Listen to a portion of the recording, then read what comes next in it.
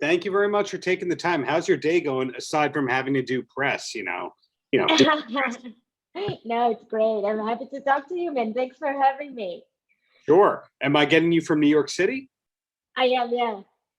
So you Yes, moved here to New York 10 years ago? I moved to Canada in 2013, but then I moved to New York last year, right before the storm of the Capitol. It's a great timing. You know what I mean? Yeah, it's really confusing putting it all together because you do stand-up comedy at a high level in two languages. So you're Brazilian, but you moved to Canada, but now you're in New York, but you have a Canadian record company. You're kind of like the United Nations of comedy at this point. Very. This is the life of the immigrant man. There's no roots. I wasn't planning to move from Canada, like one immigration process is already Yeah. painful enough, right?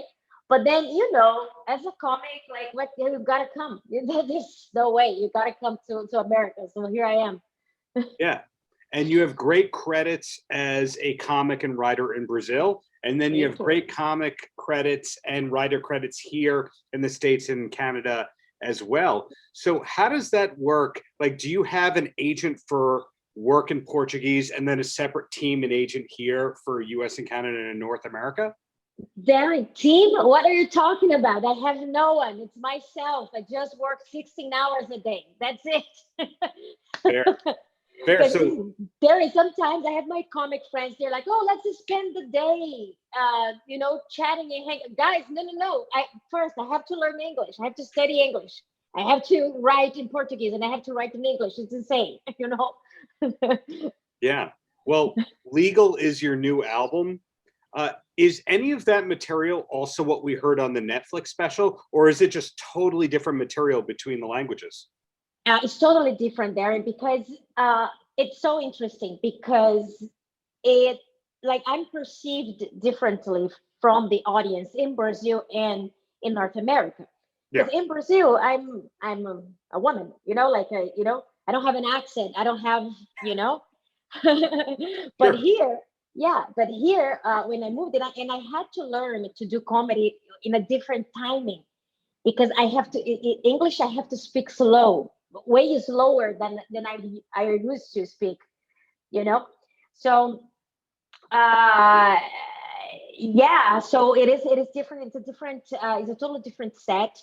The sets that I did on Netflix, it's very much. It has everything to do with like the Brazilian cultural moment. You know, so it is. I thought about like, oh, maybe I would like do material that would be more universal. But honestly, like, I rather talk to the people who will actually understand it and touch them, than try to be universal and don't touch anyone. You know what I mean? Yeah, I speak good enough Spanish, no Portuguese. But when you're listening to Portuguese as a person who speaks Spanish, you can like pick up like, oh, that verb is similar. Okay, I know two words. And it was interesting to hear you so aggressive and high energy and fast paced with your talking in that, and then how your English comedy is kind of like you're talking about your struggle. So it's kind of like one of them is you are the strongest person. You will fight anybody. And then the other one is a different personality. So that has to be a big challenge where you have two different personalities and two different comedic voices. How many people have that besides you? I don't know if I have different personalities, but definitely different personas. Just because um, I'm not an immigrant in Brazil, so that's it. It's Yeah. different. Like I don't have. I'm not like here. I'm a Latina. I'm part of a group that I. So it's totally different. But it is, and also because I think that stand-up comedy is music, right? Is rhythm. Like comedy is rhythm, and language also is rhythm. Mhm. So also when I go to Brazil actually and I do comedy there, I know that my first show I'll bomb because I'm not in the rhythm of the language. So I'm Oh, still like, like my body is still like in the English rhythm.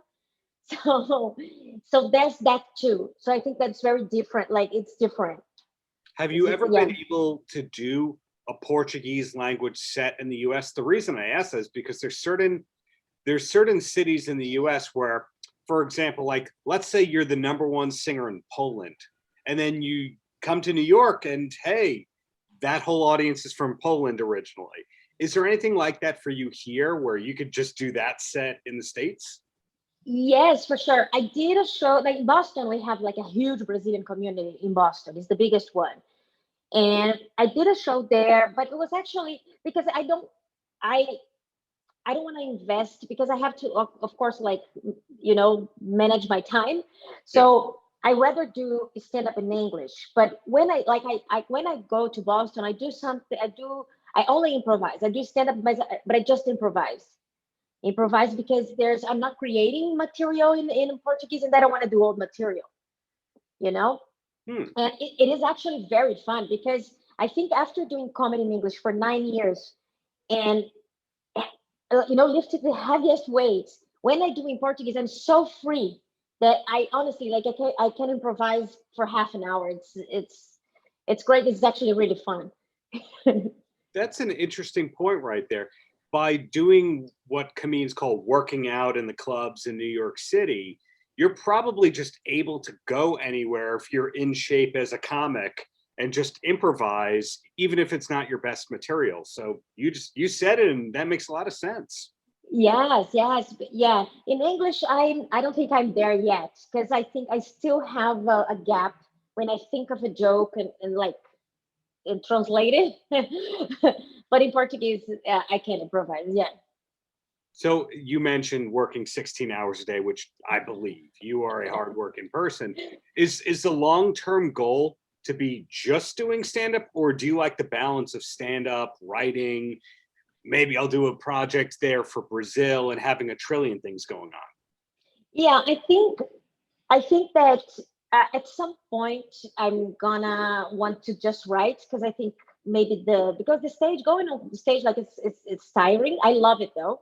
Hmm. Um, but the goal is to have a career as a stand-up comic and have like doing my own shows and doing this is the goal. And of course I'm always doing some projects in Brazil too because I have my audience there. I have it's my country, so I love going there to work actually. So I'm probably gonna go there on May doing something for Amazon. Oh, Yeah, it's very cool. So I'm probably gonna go there in May. So I go there once or twice a year to do some when I have work, or do shows. Just to keep alive there. yeah, that's something that most Americans don't think about because to most Americans, admittedly, America is the world. So they don't think there's Amazon Brazil shows, there's Netflix Brazil shows. Yeah. Yeah, so you could theoretically do both and be off the radar to ignorant Americans. Yeah. Well, yeah, it's also like this is not as it's more like surviving than actually planned. Like if 10 years ago I would sit and say, oh, I'm gonna have a career in 3 different countries, I was like, no, I'm gonna get a job at Starbucks today. That's what I'm gonna do. Okay. But honestly, I'm trying to survive and in that have some plan to have a career. That's really all. Well, one question I have from your bio, it says that you were a writer on Saturday Night Live Brazil. Was it the Brazilian equivalent of Saturday Night Live, or did they actually have an SNL Brazil for a couple of years? They have SNL shows all around the world. They have one in Quebec. They have one in Quebec because yeah, they just they sell. What they do is they sell the brand, and then the networks in each country. They have like Japan, Korea. They have like Italy. They have everything. So we had one in Brazil, and I was a writer, and I was a cast member, and I was host of the Weekend Updates too, which was very fun, very fun. Wow, that blows my mind because I grew up on Saturday Night Live. That was one of the first comedic things that I was just always into and watching. And the number of stars that have come out of Saturday Night Live led them to having to put everyone under these weird contracts where it's like, we own you for 7 years or so. You don't have to confirm nor deny that. But was there anything like that for Saturday Night Live Brazil? Were they those long-term holding deals too? No, actually, the Saturday Night Brazil lasted for one season only. It didn't like Brazil. It didn't work actually. To be really honest with you, it didn't. It was one season. I think the language is very hard to do a live sketch show because you don't need only the writers or the actors. You need the cameraman to know how to tape sketch live. So it's very technical. Like it's insane. That show is so difficult to do, so difficult to do. So I think there was a lot of and I think that the network we were on, that they haven't prepared everyone to receive the show. You know what I mean?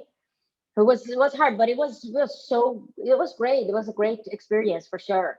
Did you have the same scenario that they do in New York with SNL, where it's like an all night 2 a.m., 3 a.m., 4 or 5 days a week kind of existence, where maybe Monday you get to sleep in and then the rest of the week is hell? Yeah, it was like this. It was hell. Yeah. Wow, that's awesome. Well, if you're able to create in multiple languages and you can improvise on stage and you could survive the Brazilian equivalent of Saturday Night Live, I think that you might be the most versatile comedian I've ever spoken with. Thank you. Yeah, so what's next besides promoting the legal album? Can you tell us what's next? Or is it, just keep following me on social media and that's that? Oh, well, follow me for sure, please. I'm at Zoccoli Carol or at Carol Zoccoli, Instagram, TikTok, everywhere. And next, I'm writing my new show already. I'm very excited about my new show. So I'm working towards this show right now. And then us in New York might see you workshopping it if we go to the Comedy Cellar or Boston Comedy Club or something like that. Yeah, I'm trying to get, because I'm still new to the scene, so I'm trying to get everywhere, get the stage time wherever I can, And yeah. Cool. Well, my last question for you is, do you have a TV recommendation for somebody who needs a new show or a new series to start? Because the way it works in my household, we find a show, you watch it in 4 days and you go, what's next? So I figure a funny person like you'd know something. A show that my husband and I have been laughing at it a lot. It is a show called LOL at Amazon Prime. And I would recommend the Australian version. It's hosted by Rebel Wilson. Oh. The comic, because it's a game. It's like a reality show. The comics, they have to make each other laugh and they cannot laugh. So it's hilarious. There's some comedians there. They're so funny. It's so fun. That sounds like At Midnight on Comedy Central with Chris Hardwick, where they have to improvise, but then again, they're allowed to laugh. So is it the funny part is that they can't laugh and you're watching their reactions holding it in? Both. I think it's funny. It's very funny to see them not laughing, but Sure. Also like the comics are funny. So they do funny stuff. It's just really funny. Cool. Well, I look forward to checking that out. I look forward to seeing a live show from you soon and whatever is next, Carol. Thank you so much for your time. Thank you, there. Thanks for having me. Paltrocast.